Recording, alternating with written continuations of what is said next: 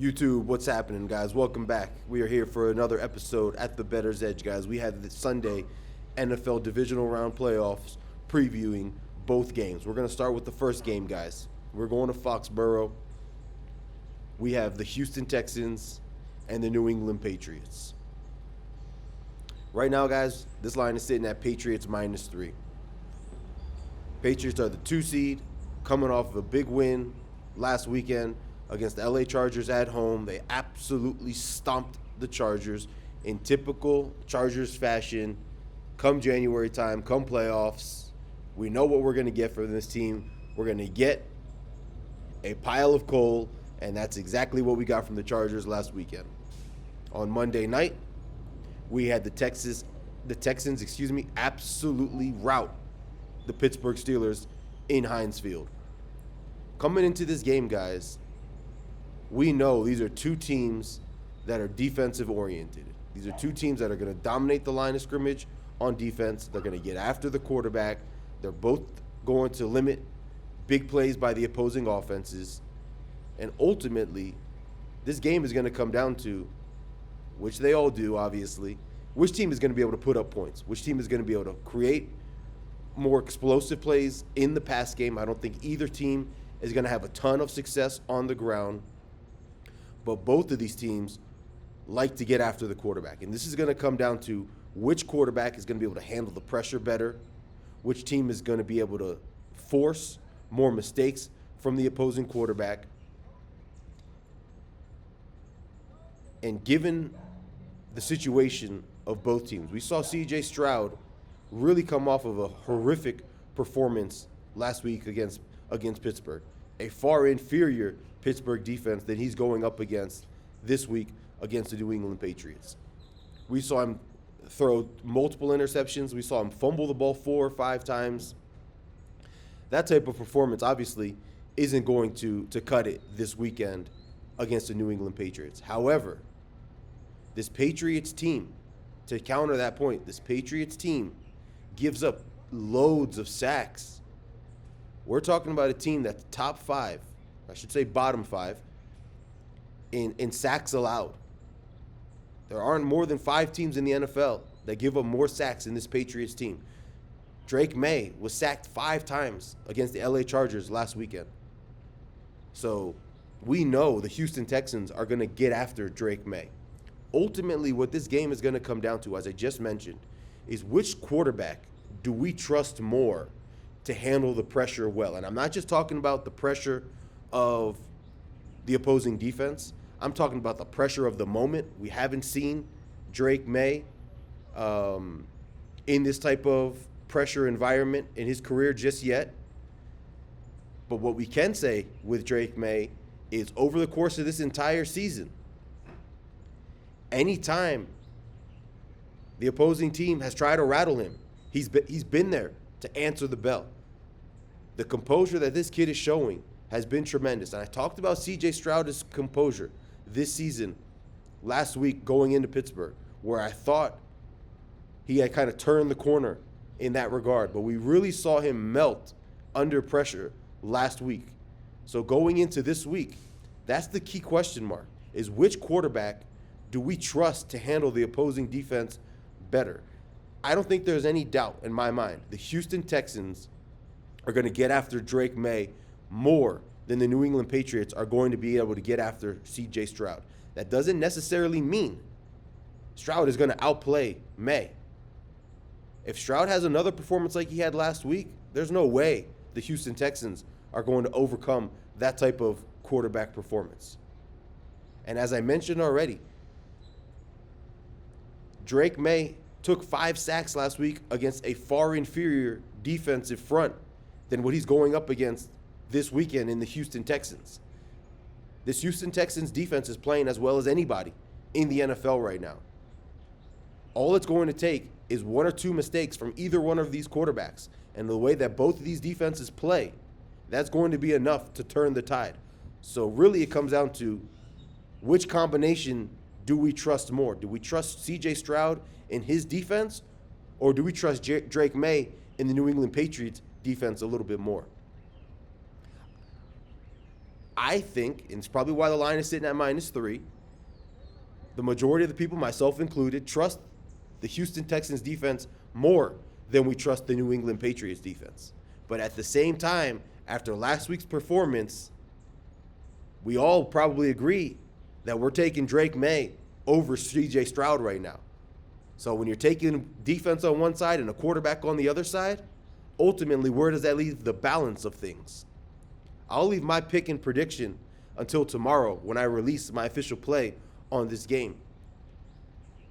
But I think Vegas has been sleeping a little bit on this New England Patriots team over the course of the majority of the season. We've seen so many people, myself included, talk about strength of schedule with this New England Patriots team and the lines that Vegas has been throwing out there and that the market has been betting on really has been proven that we've been underrating this New England team far too much this entire season. And does that remain the case on Sunday afternoon? Or do we finally find a team that can catch up to this New England Patriots team and knock them out of the playoffs? Guys, down below, let me know. What do you guys think? Do you guys trust Drake May more in this spot in his first divisional playoff matchup? Or are we backing CJ Stroud and the Houston Texans to come out of Foxborough with a victory? As I mentioned, I'll be back tomorrow with my official pick for this matchup. Moving into the NFC Divisional Round playoffs on Sunday night, guys. In my opinion, this game between the Chicago Bears, who are at home, and the Los Angeles Rams is neck and neck with the Buffalo Bills and the Denver Broncos for the best game on the board. Those are the two best and most interesting games, in my opinion. We know what we're getting in this game. This game is going to be the antithesis of the game that I just talked about in the AFC. These are two defenses that are going to be able to be had by the opposing offenses. We know this Chicago Bears defense, through the majority of this season, has been struggling. They put on a performance in the second half last week defensively against the Green Bay Packers that I would say we haven't seen from that defense for almost the entirety of this season. The way they shut down that Packers offense to start that second half for the first 4, 5, 6 drives, really clamping down, I want to say on 6 rushes, they gave up like 7 yards the entire second half, or 7 rushes, they gave up 7 or 8 yards the entire second half. We saw a defensive performance that we haven't seen from that unit all season. I don't think we're going to get that kind of performance, which is quite obvious to say, from the Chicago Bears this season. They're going up against a much more potent offense, a much better offensive mind in Sean McVay, a much better and more accomplished quarterback in Matthew Stafford. But at the same time, we're really seeing this LA Rams defense struggle lately. This LA Rams defense, through the beginning portion of the season, through maybe the middle part of the season, this defense was performing at a much higher level. And this defense was playing complementary football to the offense. And it was putting together a team up until that point that most thought were the most complete team in the entire NFL. Right now, we're just not seeing that same defensive performance through the latter part of this season and into the postseason. We saw a Carolina Panthers offense last week really have success, much more success, and not for the first time, mind you, against this LA Rams defense. What we see from this Bears team almost week in, week out, is it takes them about a quarter to 2 quarters, sometimes even a little bit longer than that, for Ben Johnson and for Caleb Williams to get a grasp of what their opposing defense is doing to slow down their offense. And through the majority of the last month or so, this Bears offense has been shut down entirely, especially in every single one of the matchups against the Packers. All 3 games, in the first half of those games, this offense has been completely shut down. But what we see from them in the second half is the adjustments that Ben Johnson makes in the run game, in the pass protection, and in the pass game is an offense that is very, very difficult to slow down when it matters. I talked about it on the show last week. This is the team that usually plays one good quarter of football and finds a way to win nearly each and every single week by playing that poorly. There are going to be points scored in this game. We know that. Both offenses are going to move the ball up and down the field. The question is, when is this Bears offense going to wake up? Are they going to wake up in the second half like they typically do? Or are they going to show up for 4 quarters, which we've rarely seen from this team through the entirety of this season? This line right now is sitting at LA Rams minus 3.5. Kind of the opposite of what we're seeing with the New England Patriots, where I feel like the number that Vegas has been throwing out on these Patriots games has been a little bit low. I think Vegas is a little bit underrating what we're seeing from New England, as I mentioned in the preview of the last game. I think we're seeing the opposite with this Rams team. I think we're seeing Vegas probably overrate this Rams team just a little bit. This line at one point this week was 4.5 points. It's now down to 3.5. The market seems to be trending here in favor of the Chicago Bears. As I mentioned, this is going to be the antithesis of the AFC Divisional Round game. This is going to be an offensive battle. This is going to be a game in which team has the ball last, which team can we trust more in big spots, and which offense do we trust to give us more of a complete game over 4 quarters. One thing that I will say before I check out here, don't sleep on Caleb Williams, guys. Caleb Williams this season is proving not only is he worthy of the first overall pick, but he's bringing a brand of football and a style of play that we really haven't seen from a young quarterback in a long time.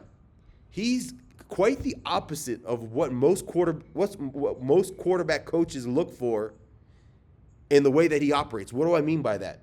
He's not very efficient. He's 50% or below completion percentage in far too many games. But when the big moments happen and the game is on the line and a play needs to be made, you don't need efficiency. You need a superstar level type of throw. And we saw that on 4th and 9 last week against the Green Bay Packers with the game on the line. We've all seen the Jordan kind of meme out there with the Jordan logo, with the pass that he made, a layered throw over the linebacker, or I think it was a DB actually, over the safety, right over his head and into the receiver's hands.